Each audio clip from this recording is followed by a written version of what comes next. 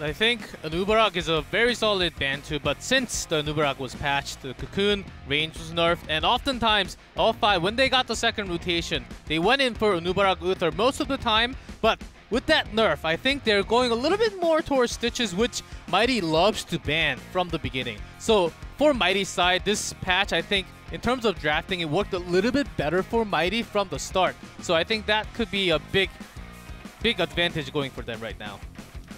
Well, we're going to jump into maps in just a moment, G-Clef, and want to find out where we are headed and who has first pick. There's a lot of different things to consider in the map draft.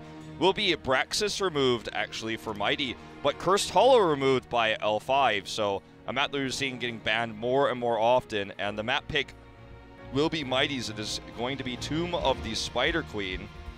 Yep, Tomb of the Spider Queen, and Mighty, because L5 is so strong with the macro. Mighty has decent macro, but they were more always focused in team fighting, and it seems like they want to go towards the team fight. And as we just mentioned, I think Stitches will highly likely to be banned from the first ban phase, or even picked for the first pick, or the second rotation is coming in. So I think that's one of the most contested pick, along with Uther, which L5 does not really prefer too much, because Sway wants to go with Ariel, it seems like, a little bit more. Yeah, and that's kind of, this is more going back towards what I was talking about, this hyper carry that we're seeing so often.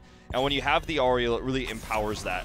And that will be the first ban here coming out for L5. Immediately removing the Ariel, not going to give it a chance to appear. We'll look towards the Genji ban here for Mighty, as they want to get rid of that. So this would allow Hooligan to first pick Anubarak. That's definitely a possibility on this battleground, because you can use him to gank very quickly, roam the lanes, and his Beetles do a lot to deny turn-ins. So not going to be that, though. We'll be moving towards the Tassadar. Yep, that was the second most pick when they had the first pick. It was oftentimes Genji, which they have 3 out of 3 on win rate. So Genji's banned. So second one is Tassadar, and right after Ariel. So there's a Tassadar, and Stitches, perfect pair up. Malfurion, even before the ban phase, they really prioritized that highly because of the CC. It seems like Mighty wants to go towards the double support way, which they have been doing okay. L5 actually, Mighty does not has the worst win rate with the double support. In all 7 games, has 43%. Yeah, it's not a weak composition for them, or it's not a strong composition for them. It's a weak one. But with this one, we can't necessarily assume that it is going to be the double support. Much so we can for L5, however. And the hero that they will empower, that's the big question. Vala is one that you normally see only with the Ariel, only with the Trinity that we talk about so often. So this could be leaning towards an Illidan composition later, but it also could be that Greymane is the hyper carry here for L5. So they have options for sure. I think Greymane is the safe pick right now, but they absolutely could look to grab the Vala if they think that they have enough sustained support here with the now Uther and the Tassadar. But it's Tracer, in fact, that they take. And this is quite an unusual draft. It's not the first time we've seen Tracer. In fact, we saw her last weekend, but she was 5th picked, and it was a forced pick on Tracer because they couldn't get what they wanted. They were denied in the ban phase. But this is high priority, and this is an unusual draft we're seeing now for L5. Because Stitches was also already taken away from Mighty. They want to hide their tanks, actually. This is unlikely from L5 coming out with this new patch. Bringing Tracer in already because Malf is taken from the other side, has a solid CC. But Tracer with lots of target hooks, actually. Non-target hooks. It's really hard to catch Tracer. Those blinks can actually help you escape so easily, but if he hooks onto Uther, that's a target I think that Joker has to go for from Mighty's side. Medivh ban here. So this is becoming more common because he empowers the carry heroes so well, and you still have to consider the Illidan, the Greymane here on the side of Mighty, and the combos with Medivh and Stitches with the Gorge portals are really terrifying on this map because you can roam so quickly with the portals, you can grab those Gorge picks, and because of the weak objective on this map, you often have forts up for a long time, so that means that there's a lot more opportunity to use those Gorge picks in the early game. On a map where the objective kills forts very quickly, like Battlefield of Eternity, you don't have as many opportunities to go for those because the forts are simply destroyed already. So I like this pick, or sorry, this ban of the Medivh for those reasons mentioned. We still don't know what Mighty is thinking for DPS. They have long sustained healing with Malfurion. They've got a solid tank in the Stitches, but Malfurion doesn't empower, say, a Greymane as well as a support like Uther can. But they're going to pick him anyways. Greymane, if they want to lock onto Tracer, they can still bring in Variant for the taunt. I think Stitches may not be enough to go against Tracer with lots of auto attacks coming in. It's Rag instead. Ragnaros does not have a good win rate in Korea, especially sometimes comes out in Spider Queens, but only if you have the super late game. And please, no more Lava Wave. No more Lava Wave, please. I don't want to see any Lava Waves tonight. Though I think this is mostly just for turn-in denial, and they're going to struggle in that regard because of how well Tracer and Tassadar actually allow you to deny turn-ins. So getting their gems deposited is going to be quite an issue. I feel like the draft for Mighty is lacking a theme. There's no synergy between any of the heroes except for the Malfurion Stitches, which is it's a strong synergy. You have the roots there for the hooks, but there's no other big follow-up for Mighty until Sulfurous Smash comes out. But it feels like Greymane with just the Malfurion isn't going to be able to do a whole lot. Ragnaros as well is going to be dangerous for him to be in the solo lane because Tracer can come for the ganks. I'm liking the draft of L5 a lot better. See what they rounded out with here. Going to be the Falstad. We talked about this a lot. Ooh. And that's going to allow them to split push and the Tyrael here to just help protect Tracer. So both Falstad and Tracer could be pseudo-hyper carries here, especially because Falstad is going to have marksman stacks. He's going to have his lifesteal healing when he gets hammer gains. And if Tyrael's got the sanctification down, he just heals himself up. Imagine how quickly, when you have a ton of stacks on Falstad and you have hammer gains and you have Tassadar's lifesteal healing and you're protected by sanctification, you go from 0 to full health basically so quickly. I think with Tyrael and I think solo Tracer was going a little bit too much, and bringing in Falstad makes a lot more sense. I think SDE, from what we've been seeing so far, he can pull it off. Not on a Sake level though. I think he will die in solo lane if he gets caught by Rag or those hooks coming out from the side with the CC pair-ups. So he has to be careful. So there's extra protection with Uther, Tassadar, and also Tyrael. But that's after 10. Their wave clear is also decent with a global. They will do just fine to catch up with the macro, and Mighty will be looking for picks. I wonder if Mighty just picks a safe second DPS here. Well, this is not the safe one I was looking for. I was thinking maybe a Li Ming or a Tychus. That's away from safe. Yeah, that is not safe. And you're picking a Sergeant Hammer with the solo laner Ragnaros against the Tracer and the Falstad. The gank potential with the fly-ins, the Gust, Tracer's Pulse Bomb. I like the draft of L5 immensely more. Mighty's draft is going to be based on picks. It's going to be based off of getting the right hooks at the right time, getting an early game lead, and then snowballing it in, having Sergeant Hammer for the siege power to push with the Spider Queens to make sure they get maximum value. I worry already for Mighty in this series as we go into game number 1, but we'll see if L5 is able to take it as we move into Tomb of the Spider Queen.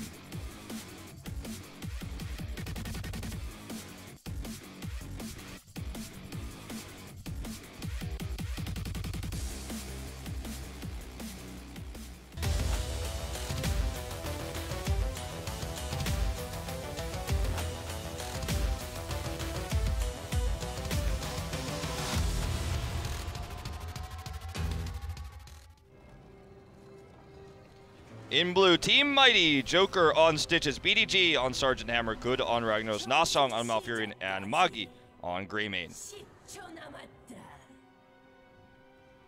And in red, L5, Polygon on Tyrael, SCSE on Tracer, Jungha on Tassadar, SDE on Falstad, and Swoi on Uther. So when the last pick Hammer came in, you know, everyone had to consider the possibility we would see Mage Falstad because of the burst damage that can kill the Hammer very quickly. But when you're building a composition around the double support with the Tassadar, Uther, Season Marksman is just definitely the better way to go. I think, sure, you could make the argument for the burst damage with Mage Falstad, but this is just much better. And maybe they see if they can make it happen, man. Maybe they just thought they needed extra damage to burst through all those shields and healing coming out from L5. The meta right now, the dirty way of playing right now is to really have an early snowball ollie fight, really go out with the macro, or have the team fight, win it with an early strong team comp, and then play dirty. Go around to not fight until you have the exact moment when you have the talent lead, when you have those chances We saw a lot of those games coming out from Fnatic and MVP Black. Yeah. I think Mighty, with this strong early game pick, if they get picks, if they get 2 or 3 kills from the beginning, they can do exactly that. And L5 do have the global to catch up though, so they have to be a little bit careful. I think you're absolutely right, and that's what L5 just needs to be patient here in this early game, not overextend trying to get ganks on BDG, not right now. Unfortunately, no follow-up for this, so even though the hook was good, doesn't matter. But yeah, I think as long as L5 plays safe in the early game, they don't get over-aggressive, then they should be fine. Mighty needs to find more than these empty hooks that don't mean anything if they want to move on here, if they want to advance. And they're just struggling so far. I like the choice, by the way, of Scouting Drone from Malfurion at level 1. Is going to help them against those pesky Tracer plays.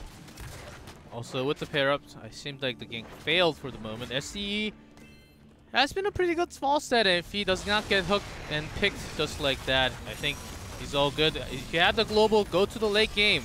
You have the macro for your team. Well, they are at least pushing these lanes, winning the fights because of the aggressive rotations. Here's another hook, but unfortunately just comes up a little bit too short. There was no trust there either from the Malfurion to pre-route that. Another Storm build coming out, and this time on Jeongha. It used to be locked down only from Korea basically, but a lot of players have been picking that talent up, doing some more damage along with basically a little bit more wave clear in the late game too. SC is playing with fire here against BDG. Actually didn't have the shield there to get his life back, so ended up taking a ton of damage. But yeah, the Psystorm build is really cool, and it's also going to lend into Tastor being a major damage dealer later on with Twilight Archon. So, you know, on this map in Korea, we're very likely to get post 20, so that's something that you can build towards the extra DPS. May not even if Mighty cannot get those hooks, just like it seemed. You can already tell that Joker is very pressured. He's throwing the Qs every single time, even in those blind spots. He just wants to get those Qs hooked because Malfurion is standing right next to him the entire time. But no, L5 knows exactly where Stitches is every time, and they are away from that hook range. SC just going to look for that pick there, but really safe hammer play. But again, safe is not the way for Mighty right now. They need picks, they need to find value, and if they just walk into level 10 dead even, then I don't think that they're going to have a very good fighting chance. Here's finally the roots we're looking for onto Hooligan. Actually just barely gets out there, has the self-shielding, avoids that cocktail damage. But we need to see more moves like this. This needs to be happening every time Hook is off cooldown. It should have already happened at least twice or 3 times in this game. And Mighty, L5 is happy. They are waiting for 10. They're not really behind in EXP. They have even more wave clear potential with Pulse at level 7. So after that, I think Mighty has a lot less chance after 7 and after 10. L5 will actually take control of the team fights and try to do all the damage, the Tracer damage around you. Here's the hook, and there's the first kill. Okay, we need to see more of these. Good should be fine here. You got the Malfurion healing. Even without it, I think he was just barely fine there. We need to see this continued.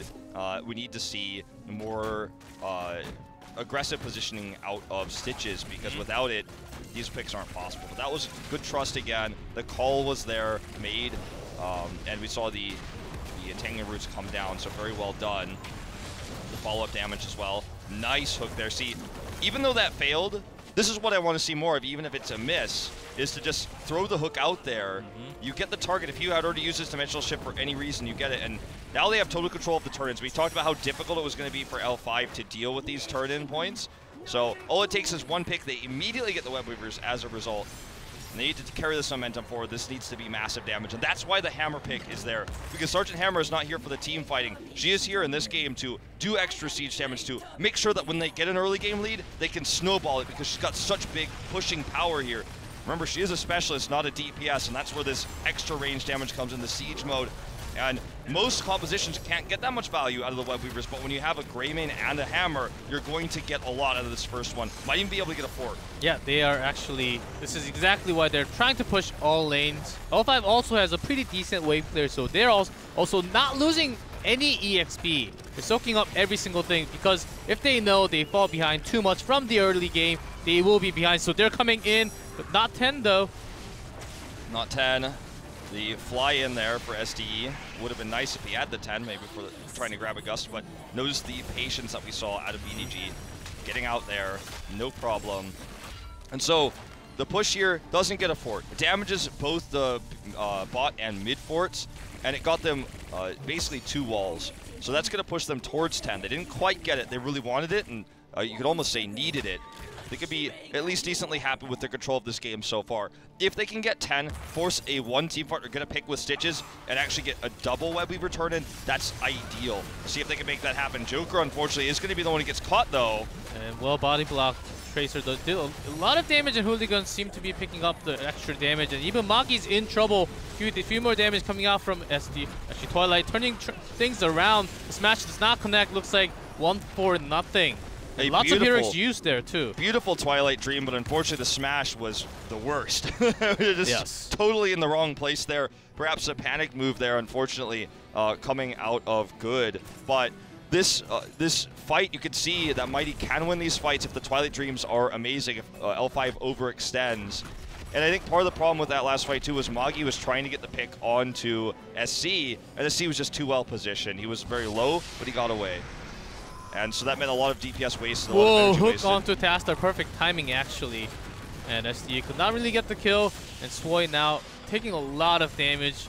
Judgment coming in for Tyrael. They want to lock in one target because BDG was always and used oftentimes off to the side alone. Maybe they're trying to punish. Now this really forces the rotation of Sergeant Hammer to be together with the team. Mighty has to make a 4-man or even 5-man rotations together. Because of that, Judgment and Tracer can always come in from the side. There's the Judgment coming in. Let's see. Well, it's on to Magi. Unfortunately, the rest of the team was nearby. Judgment not the longest cooldown in the game, but still that's going to be one missing here. So they actually want to grab a turn-in. Looks like they wanted to use this disruption to actually sneak a turn-in, but they fail as SC was caught there by BDG. BDG is going to be the target, though, for sure. Magi was too well positioned there. Speaking of positioning, not sure what happened here. Looks like a hook. Yeah, it looks like a hook, along with Gorge also being used, possibly. But, so, basically, BDG is going to be the prime target. If they can catch him when he's sieged up, for example, or when he's trying to split push, or when they have a web weaver coming in, that's going to be how L5 is going to use this Judgment. But I'm really surprised to see it, to be honest. I understand why they picked it because of Sergeant Hammer being a pick, and also you can potentially get ganks onto Ragnaros when he's up in the top lane. But this isn't a map that's really going to work because everyone's always going to be grouped up. This would be much better, I think, on Dragonshire, where you could have those opportunities to find the pick. Would be good on Cursed Hollow, but not so much on a map where you're basically seeing these members roam as 4 or 5. And they will get the double web weaver turn-in they were looking for. So far, all the checkboxes have checks in them for Mighty. Win the early game. Get a few early game picks with Stitches. Get the double web turn-in and try to get a fort off that second push. They're just trying to put all the checks in all the boxes right now. And so far, it's been pretty good. They're winning the early game. And this is what this composition needs to have, is that early game advantage. Yeah, they can pressure the range to make sure that Tracer cannot come in from the side and do any work or even try to stick those pulse bombs on you. Mighty's doing a perfect job with these web weaver pushes. They're getting the forts, and they will also try to get more. And there's a Tastar shift. Even just forcing that to be used is a good hook enough. It means that Tassadar has to essentially play more defensively than he was before because of that. So still a win for sure. You're absolutely right. Well, it looks like they're going to get 2 forts for this. The third one is a little bit overzealous, I think, trying to get it. They do have a lot of sieging power and a lot of wave clear, obviously, with Sergeant Hammer and Greymane. But if they overextend here, they could get punished for it, and this means Falstat's going to get some extra. So still, though, they're still massively ahead in EXP from the double turn-in, and they look like they really want this fort, and they're going to get it. They understand that with this composition, they need to get a keep early. They need to get that early advantage because late game is absolutely in L5's favor. They have the Falstat, who's going to get better scaling. They have the Uther for late game redemption, is going to be so powerful. So these reasons are why Mighty needs to get that early keep, and they're even going to get a turn-in from this. They are showing massive control with this draft. They understand perfectly what they have to do against the team comp like L5, late game Twilight Archon to Epic Mount. They will be out-rotated, and the damage will be massive coming out. And still, towards the end of the late game, they will be looking for picks and to the Gorge. If you just dodge those, I think you're set. And Mighty just making those plays. Joker really landing on nice hooks, getting a kill on Uther, making the perfect choices, and also turn turning in everything they want to. They really have a high understanding of their own team comp and the enemy team comp right now. And L5, if they end up losing a team fight, trying to contest objectives, trying to save that fort, for example, then the advantage goes further into Mighty. They cannot lose a team fight because they carry 80 gems currently. They will lose so much, and they'll basically be forced to continue to farm gems for so long. It's incredibly impressive that Mighty is still controlling this. They put fear into the hearts of L5 with these hooks, with the Stitch positioning here. They get this turn in because Joker was just standing in the perfect place to threaten hooks. There's no forts to hide behind here for L5, so if they don't come out, they lose EXP. They have to come out to get EXP, but that means that the hooks threaten them, which allows these turn-ins. And Mighty is about to have the legendary triple turn-in that is almost never happening on this map with just 2 kills. It's crazy how much control they're showing in this early game. We're moving into the mid-game really realistically at this point. Let's also see how well SD can actually pull out that macro by himself, because he has been pushing the bottom lane and he actually got the pressure off. There's a Tracer hook, actually perfect recall from SCSC to dodge the hook. That was actually really well done. But you have to give credit too where credit is due. The route was well placed that forced the recall. Another defensive ability here that they do waste the cooldown. The pulse bomb, the combo onto Magi, gets a kill on the Greymane. But they still get the Web Weaver turn in, and that is more significant. So this shows how L5 can get picks and how they can win team fights and how they will win team fights later with obviously the pressure that's going to come in from Falstad, but they couldn't do it quickly enough. This means level 16 is on the horizon here for Mighty. They are going to put direct pressure onto the keeps. I think the goal for this push is 1 keep. If they can get a pick, win a fight, and get that keep, then basically all the disadvantage of the late game are taken away. Oh, but look at this Gust! There's the Gust, and Twilight Dream is buying them time, but for not so long, and Malfurion will be taken off for sure. That's the thing. If they pick on one target just like this, and look at the flight positioning and the Gust coming out from SD, they are catching up. They want to snowball. They do not want to stop here. They want to catch up and take as much as possible because they're holding in so many gems. If they have the lead, they can get back-to-back turn-ins and really turn this game around. Yeah, they really can. They have so many gems carried. That was this kill, this pick, means that the goal for Mighty, remember that keep that they wanted to get, is no longer an option. It's no longer reasonable for them to actually shoot for that.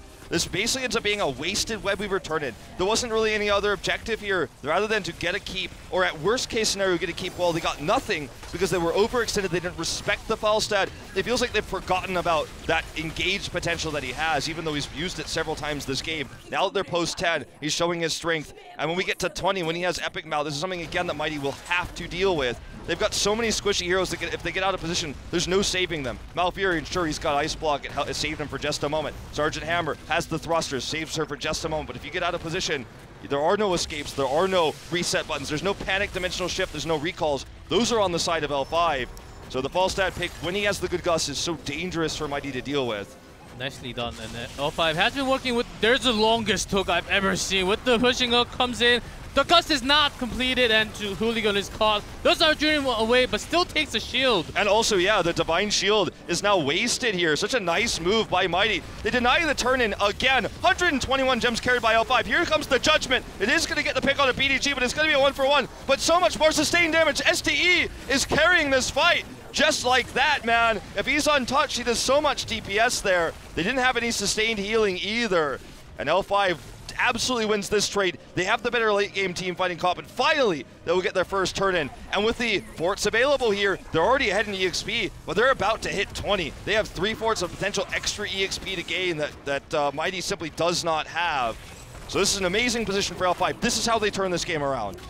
That's exactly what they looked for from the beginning. They knew that they were going to be behind a little bit towards the middle of the game, but towards the late game. With these kind of team fights, hooking onto right target, Hooligan actually going in all deep, sacrificing himself, leaving SCSC and Falstad to do free damage from the back line, having those protections, and on top of that, they don't lose any gems. They can get so many turned in right after this too. I mean, this is basically guaranteed first 20, and that means that the crazy late game we've been talking about so much. I mean, what does Wolf mean? They get their late game is so much better. they're stacking the longer the game goes on. The DPS for Falstad, he's going to have Epic Mount, which means he has insane mobility. Twilight Archon is one of the most powerful level 20s in the current meta that will allow him to basically indefinitely be in Archon form, which gives him more siege power. Can help you win a game under core, for example, because Twilight Archon just is so good. When you have the extra protection from Tyrael as well as Uther, you're going to basically be able to, for the duration of a team fight, have that Archon. And oh no, already a pick here on the Stitches. This could be game ending. Look at the lifesteal coming out from SDE when he has the Divine Shield on him. Doesn't end up being completely necessary for that fight, but it will be once they turn in all 152 152, gems. 54 they have. They basically have, they're sitting on 3 turn-ins. And they want a boss, actually, before this, because they know that with the last team wipe, Mighty can't turn in. So they're willing to give up the objective because there's no objective for Mighty. There's no potential turn-ins. So while Mighty gets a safe Merc camp, L5 gets an even safer free boss. Yeah, and with the boss on the push, they can have a later turn-in, which will actually make the Web Weaver stronger, and they have a lot more time to have that strong, very, very strong top lane push all in together. And Falstad can come in at any time. If they buy time, they can also hit 20. I think that's exactly what they were looking for. He's just waiting for the Epic Mount, man. He's just chilling. Okay, he's got it now. He can fly in whenever he wants. Would be nice if he could save it to use it as an engagement tool instead of just joining. We are going to see Molten Core is used. Mighty, their backs against the wall here. This basically could be game over for them. They put all their eggs in the Stitches basket, and it is certainly not working out for them right now. Even Smash committed for the defense there. But Web Weavers come now. Boss still half HP. Molten Core is going to go down. Now the direct damage to keep. And Judgment does not connect there to Magi. I guess he was way too far off. Yeah, keep those down. Not entirely sure what happened with that judgment there. Perhaps it was interrupted and there was a UI bug or something. By the way, the keep is down, and this could be game because there's Web Weavers and a boss here on the core. If they get any picks, it is game over. Mighty has to fight for their lives right now. Joker is the target, actually. Here comes the Epic Mount. He gets pushed away here, away from the core, away from this defensive position. The shields are down, and Twilight Archon is active. Yeah, there's Gorge. Twilight Archon is actually about to finish. Jungle's actually very low. Mighty can turn this around as they have no other siege pushing this. Good is looking for the kill, but seems like he's the one going down. There's a recall from SCSC. Can he do it? Seems like L5 will do it. Core's still 52% left. There's just no way, even with the defensive usage of the heroics there and the good micro out of Mighty, it was just way too much. The Twilight Archon doing so much damage. He was so low for so long, but he just put his own shields on himself, got his own lifesteal, and he's like, Twilight Archon ain't never stopping for L5. And this is one of 2 required wins for L5. They're halfway there. They're halfway to the Eastern Clash spot secured.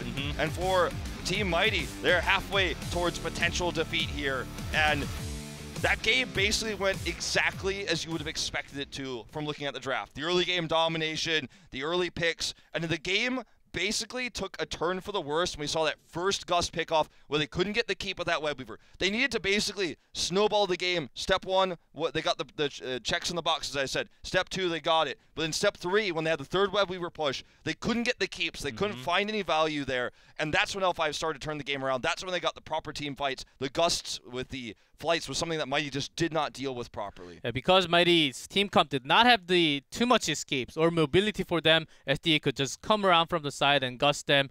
They could not really snowball too much. I was hoping they could do a little bit more. They were doing a fine job, but once after 10, after 14, when L5 got the power spike, they had the macro for themselves. SD was entirely soaking the bottom lane by himself. We started releasing all the pressure from the bot lane, and that's how the L5 macro started. They were waiting for that moment and taking the perfect flights, using the gust from the other side.